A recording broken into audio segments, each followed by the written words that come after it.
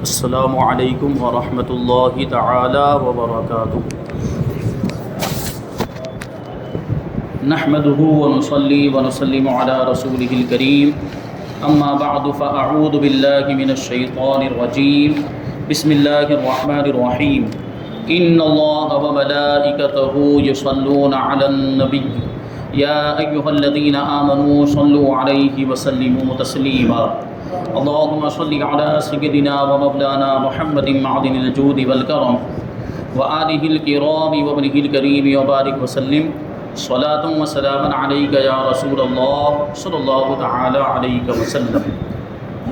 عزیزان ملت اسلامیہ، دوسرے پارے کی شروعات ہے سورہ بقرہ کی آیت نمبر 142۔ اللہ تبارک و تعالی ارشاد فرماتا ہے: سَيَقُولُ السُّفَهَاءُ مِنَ النَّاسِ مَا وَلَّاهُمْ عَنْ قِبْلَتِهِمُ الَّتِي كَانُوا عَلَيْهَا قُلْ لِلَّهِ الْمَشْرِقُ وَالْمَغْرِبُ يَهْدِي مَن يَشَاءُ إِلَى صِرَاطٍ مُسْتَقِيمٍ۔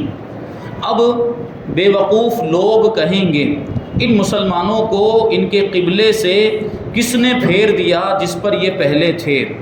تم فرما دو مشرق و مغرب یعنی پورب و پچھم سب اللہ ہی کا ہے، جسے چاہتا ہے سیدھے راستے کی طرف ہدایت دیتا ہے۔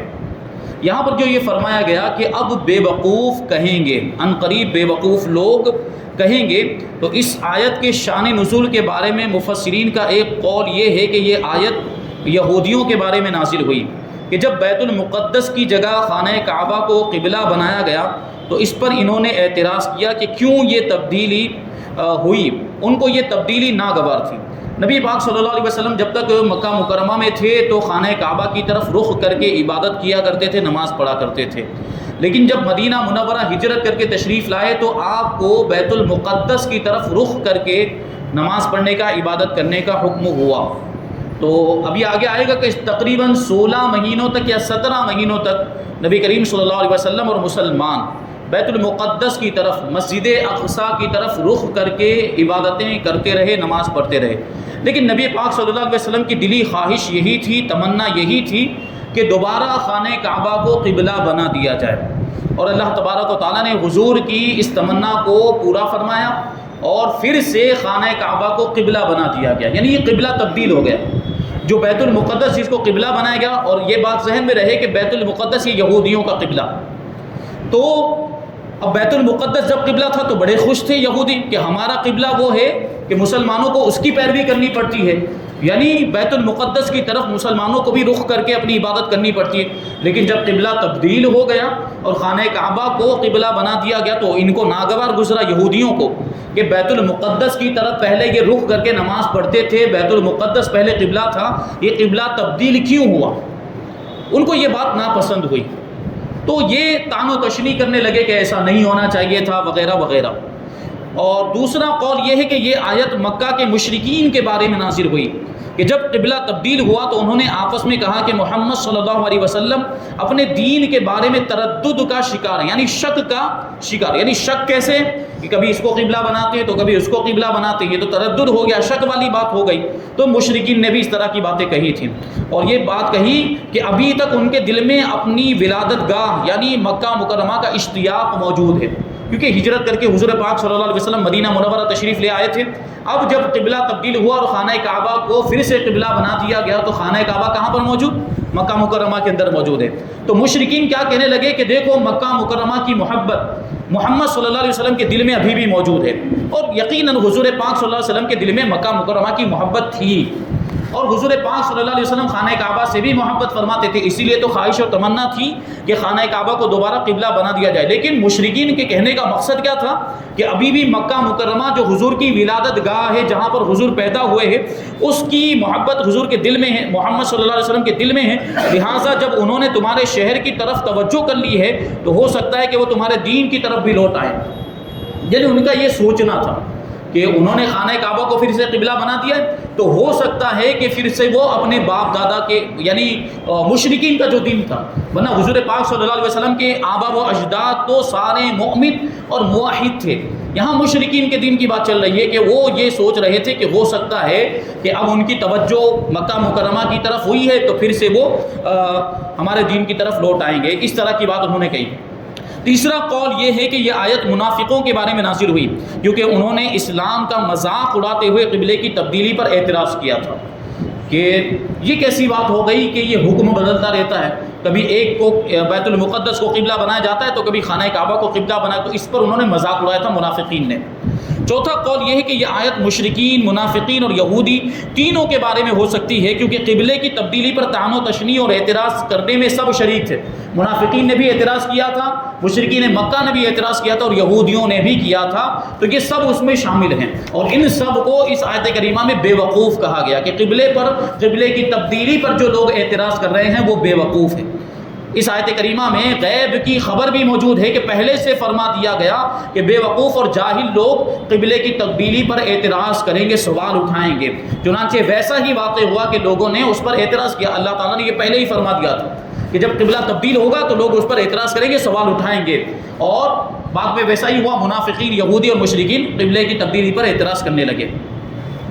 یہ جو بے وقوف لوگ فرمایا گیا، قبلے کی تبدیلی پر اعتراض کرنے والوں کو، ان کو بے وقوف اس لیے کہا گیا کہ وہ ایک واضح بات پر اعتراض کر رہے تھے، کیونکہ سابقہ انبیاء کرام علیہ الصلوۃ والسلام نے نبی آخر الزمان صلی اللہ علیہ وسلم کے خصائص میں آپ کا لقب ذو القبلتین یعنی دو قبلوں والا ہونا بھی ذکر فرمایا تھا۔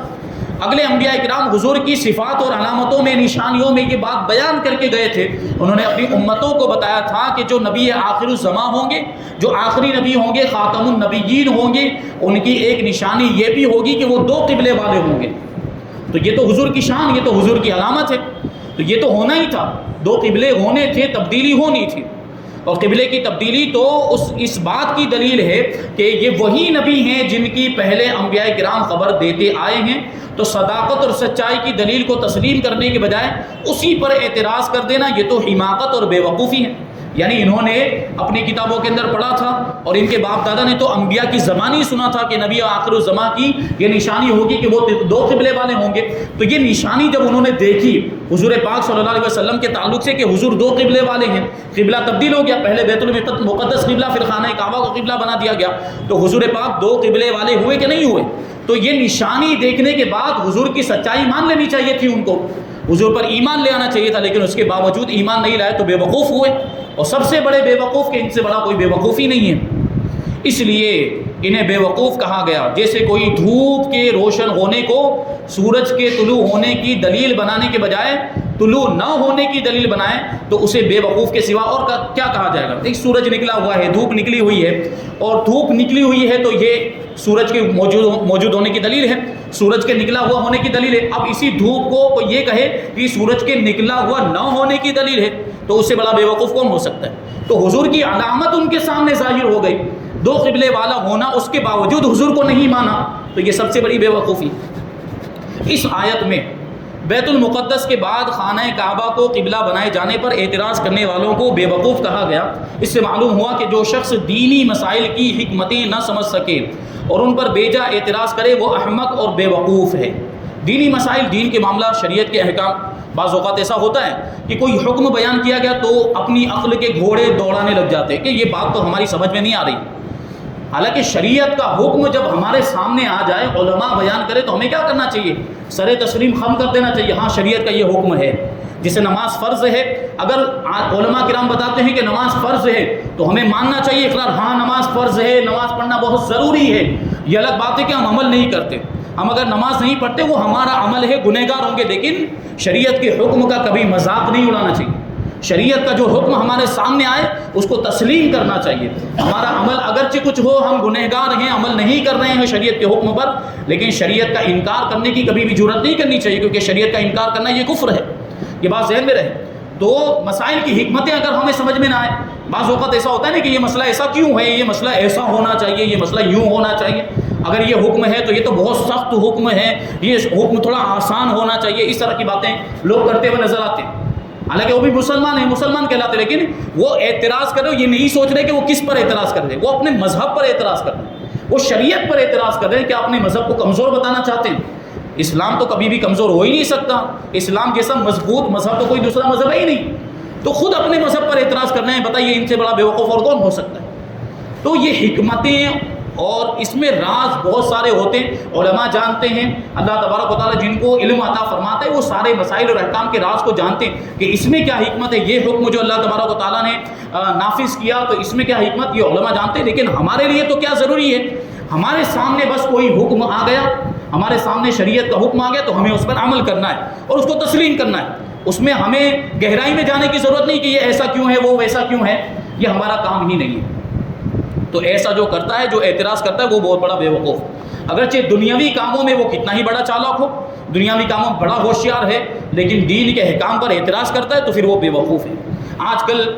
ایسے بے وقوفوں کی کمی نہیں، چنانچہ موجودہ دور میں بھی مسلمان کہلا کر شراب، سود، پردے، حیا، اسلامی نظام وراثت اور حدود اسلام پر اعتراضات کرنے والے لوگ موجود ہیں۔ ہوتا ہے نا، آزاد خیالی آ جاتی ہے ان کے لیے، روشن خیالی، اور روشن خیالی دوسرے لوگوں کے ساتھ اٹھنا بیٹا، غیروں کے ساتھ اٹھنا بیٹھنا ہوتا ہے، غیروں کی تہذیب کو اپنا لیتے ہیں، غیروں کی تعلیم حاصل کر لیتے ہیں، پھر کیا ہو جاتا ہے، ان کو اپنا مذہب برا لگنے لگ جاتا ہے، ان کو اپنا مذہب خود اسلام ہی جو ہے کہ سخت لگنے لگ جاتا ہے، اور پھر اسلام ہی پر اعتراض کرنے لگ جاتے ہیں۔ سوچیں آپ کہ ایسے لوگ کہاں جا رہے ہیں اور ان کا انجام کیا ہوگا۔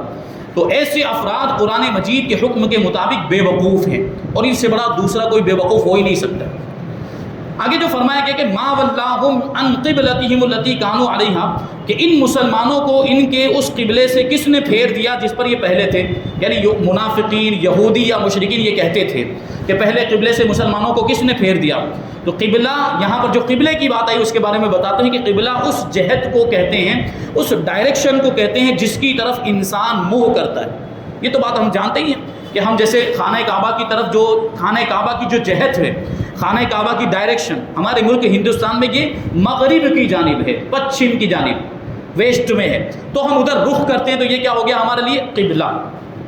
اور چونکہ مسلمانوں کو خانہ کعبہ کی طرف منہ کر کے نماز ادا کرنے کا حکم دیا گیا ہے، اس لیے خانہ کعبہ مسلمانوں کا قبلہ ہے۔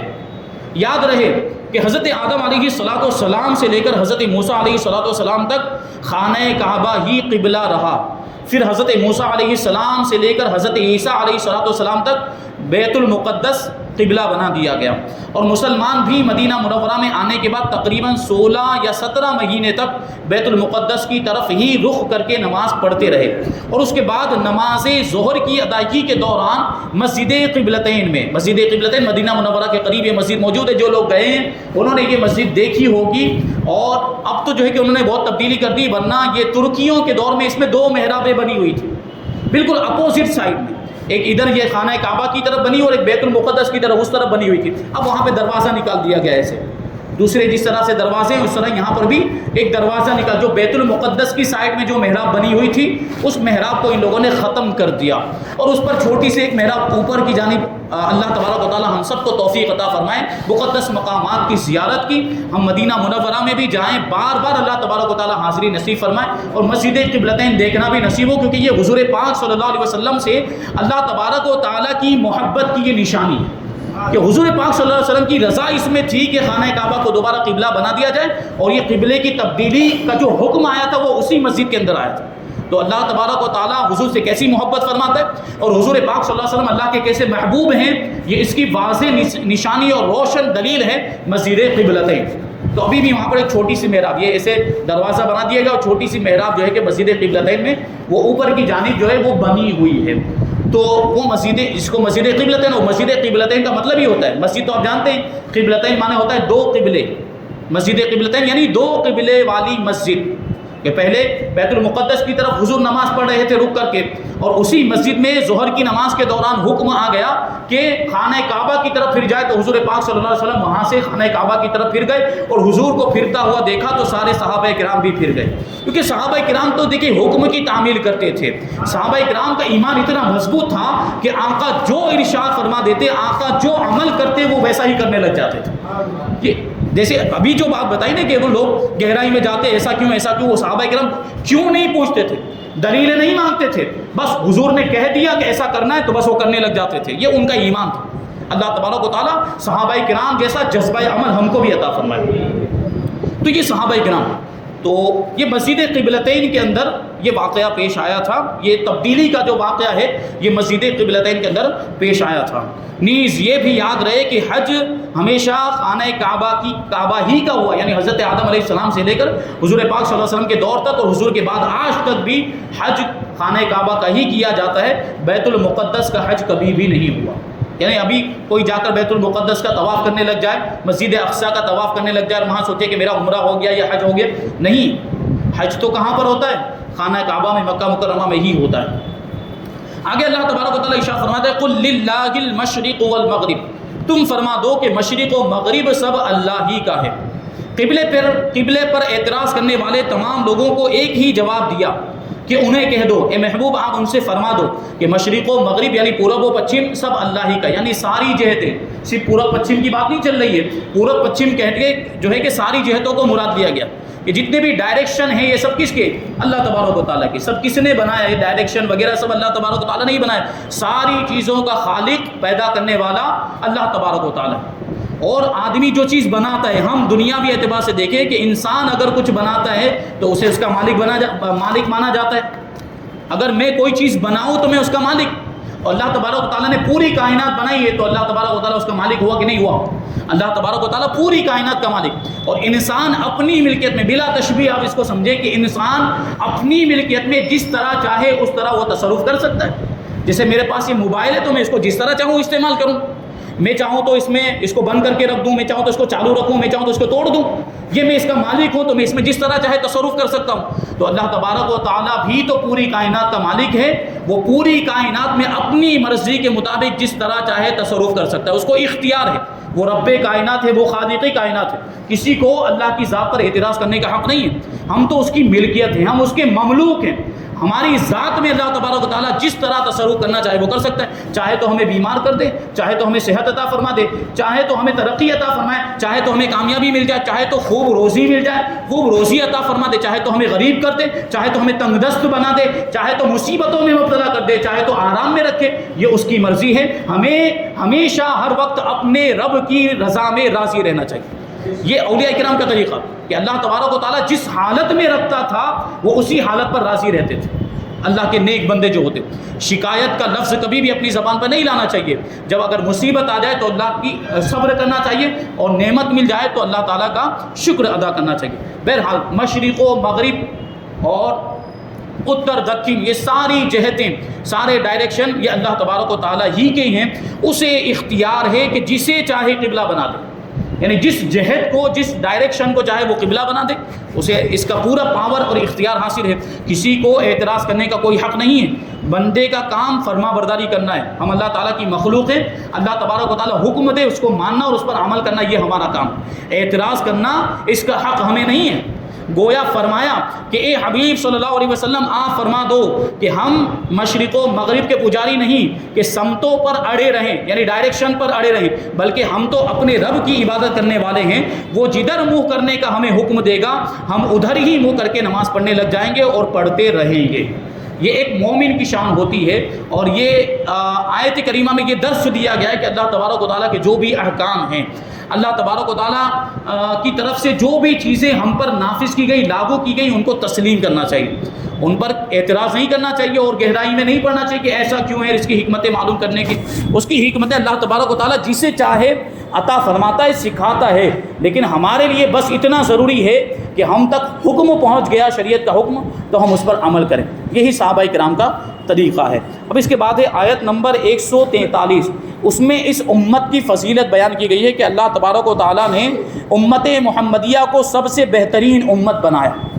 اور سب سے بہترین امت ہونے کی وجہ کیا ہے کہ یہ لوگوں پر گواہ ہیں اور رسول ان پر گواہ ہیں۔ اب یہ لوگوں پر کیسے گواہ؟ لوگوں سے مراد جب سے دنیا بنی ہے تب سے لے کر ابھی تک اور قیامت تک جتنے لوگ آئیں گے سب پر امت محمدیہ کو گواہ بنا دیا گیا۔ اب یہ گواہ ہونے کا کیا مطلب ہے، اور پھر قبلے کی تبدیلی کے بارے میں انشاءاللہ تبارک و تعالیٰ اور کچھ باتیں آگے شامل کی جائیں گی آئندہ درس میں۔ اللہ تبارک و تعالیٰ کی بارگاہ میں دعا ہے کہ جو کچھ بھی بیان ہوا اس پر ہم سب کو عمل کرنے کی توفیق عطا فرمائے، اور نور قرآن سے ہم سب کے دلوں کو روشن اور منور فرمائے۔ وما علینا الا البلاغ۔